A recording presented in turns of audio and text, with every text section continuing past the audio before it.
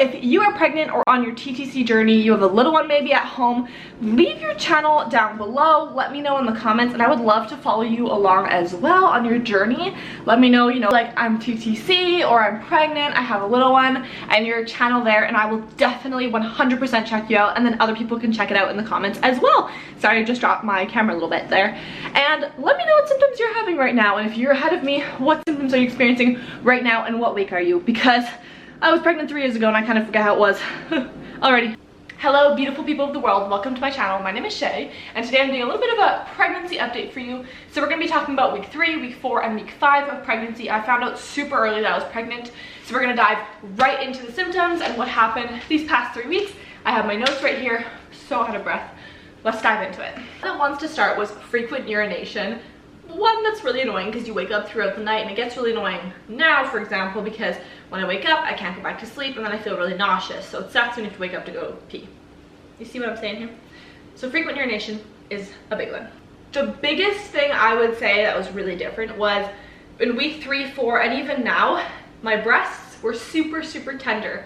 So I'd get out of the shower and the towel would just like brush against, and it would be so sore. Like, not just normally when you get sore boobs for like your period, but they were like tender, like they felt raw. It was just so painful when anything touched it or brushed against anything. Normally during this whole quarantine thing I haven't been wearing a bra even when I go out for the past like 4 months, and now I kind of have to because they're more full right now because of obviously pregnancy. That's one of the symptoms, really full breasts, but they're super tender and sore, so having a bra or anything against me is just so painful and uncomfortable.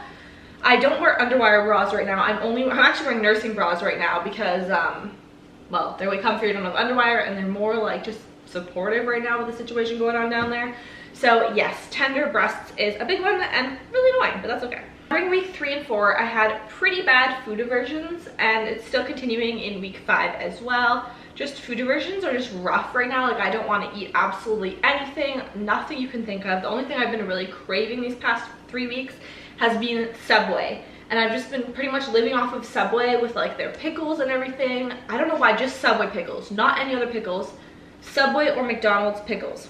And I've been really craving like chicken burgers, so I've been going to like Wendy's and McDonald's and getting like chicken burgers, which isn't the healthiest. But right now I am essentially eating to survive, not eating for healthness. You can say what you want, but honestly I'm feeling so nauseous to the point where like if I eat anything else I will just get sick. So it's better for me to buy something that's not as healthy but I can keep down, rather than me eating something and then getting sick and not getting anything anyway. You see what I'm saying here? So the logic here is I'm eating to survive, and whatever I'm going to be able to eat and keep down is what I'm going to have to eat for now. During week 3 and 4, I did have pretty bad nausea in the morning when I would first wake up, but it would kind of go away. Then when week 5, I've been having pretty bad nausea later in the afternoon, evening, and nighttime into the early morning. Not as much in like the late afternoon, or sorry, not as much in the late morning. So I have a little bit of a break in the morning, and then it's there for the rest of the day, and I just feel like a potato or a slug on the couch like right now. It was really hard to just put makeup on to film this video. The fatigue is there. I've been napping for about 2 weeks now. When my little one naps, I nap as well, and it's been working except for the days where she doesn't nap. It's rough. And it's really hot out because it's summer, so I'm even more tired because normally in the summer I get really tired with the heat and everything. Like I said, it's hot. I've been overheating. That's another symptom. At night it's really hard to sleep. I get really vivid dreams. If I wake up, it's really hard to fall back asleep. I'm just tossing and turning. And one of the symptoms that kind of came, oh my god, there is a bee in my house. Ah, I'm scared. I don't know where it went, but I'm prepared to catch it and put it back outside. Oh, it was so creepy. Oh, I'm scared. Okay. You're okay. Alrighty. I'm just gonna keep my legs awkwardly up here on the couch now because I'm really scared it's gonna get me. So actually I can sit more like this. Sorry, I'm changing positions. There was just a bee and it scared me and I can't find it now. I think it went under my couch. Super freaky. Please don't sting me. Okay, sorry. I was talking about this past week, which is a symptom I had in my daughter's pregnancy, like a lot, a huge symptom, was sex dreams, to be honest with you. And yeah, there's no other way really to put it. It's like when I'm awake, not really about that. But when I'm asleep, It's like those vivid dreams, you know what I'm saying? And that was a symptom with my daughter as well that happened pretty much throughout the entire pregnancy, so better buckle up for this ride. I'm a funny one. Okay, let's change the subject. Another symptom that I was kind of not wanting to mention, but I know later on in other pregnancies I'll want to look back at, and there's gonna be other women who are in the same situation as me. Kind of a little bit embarrassing, awkward to talk about, super TMI, so click out now. If you know me personally, please click out now. Or if you're uncomfortable with bathroom related stuff, click out. Even this plant wants to get out. Okay, they're gone. This is like so embarrassing to say on the internet, but essentially, diarrhea. I said it. Okay, anywho. Yeah, so that's been like pretty rough. Every single morning after I eat breakfast, that's what happens for the past 3 weeks. I'm eating super healthy breakfast, may I add, like really good stuff for me and the baby, but my body is just like, no, goodbye. And yeah, so that's been happening only in the morning times, but that was a big symptom that I had even before my missed period, which I actually forgot to mention in my symptoms before my missed period video, which I'll link down below if you're interested. But yeah, that was a symptom that I missed out on mentioning, but that was a symptom I've had since before I even found out I was pregnant, like the week that I got pregnant. So yeah, not as much of a fun one, but I figure someone else may be experiencing that as well. So anyways, moving on.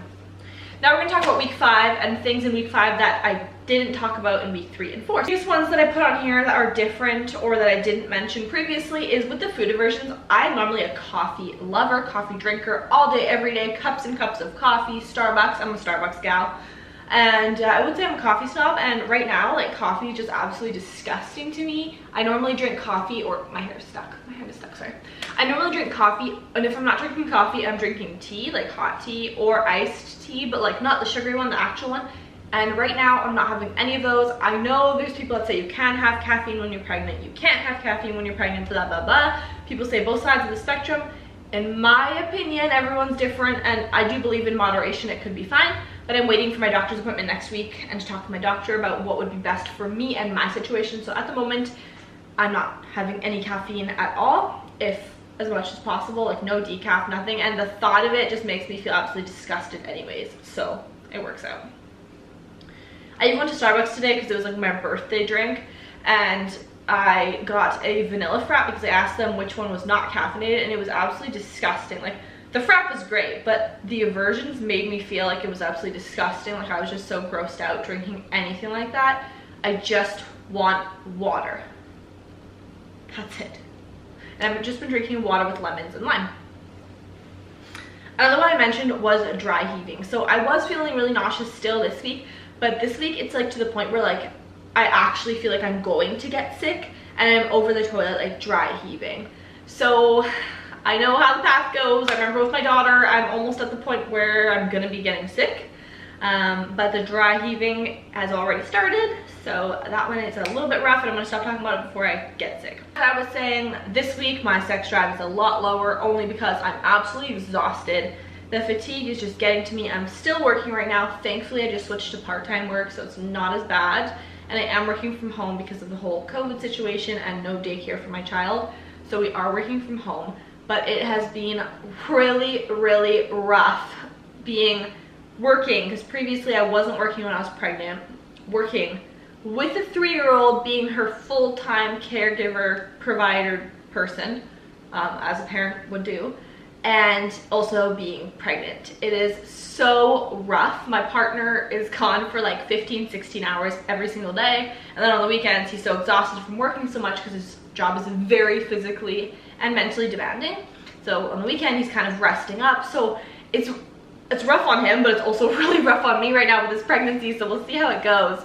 But yeah, we'll take it day by day. But that's how it's been going so far. I'm going to show you a little bit of a bump date. Hopefully I don't get stung by the bee while I try to move and do that. So this is me on my side. I am wearing maternity pants because my jeans don't button up anymore. This is where I'm at. I'm standing totally straight right now. There is like a little bit of a bump going on actually already, I haven't really eaten much today, so it's not bloat.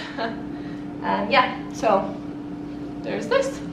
Showing a lot faster already. I am almost 6 weeks today, but yeah. I'll do it from the front too, in case you want to know what it looks like from the front and the side. Okay. If you're interested in other pregnancy related content, I will leave it down below. My sister is also pregnant. She and her husband are 7 weeks ahead of us. So check them out. They have a bunch of pregnancy content coming out. They have lots of fun pregnancy content. So down there's gonna be a whole lot between me and them and everyone else. Baby dust to all of you and happy and healthy pregnancies. Bye.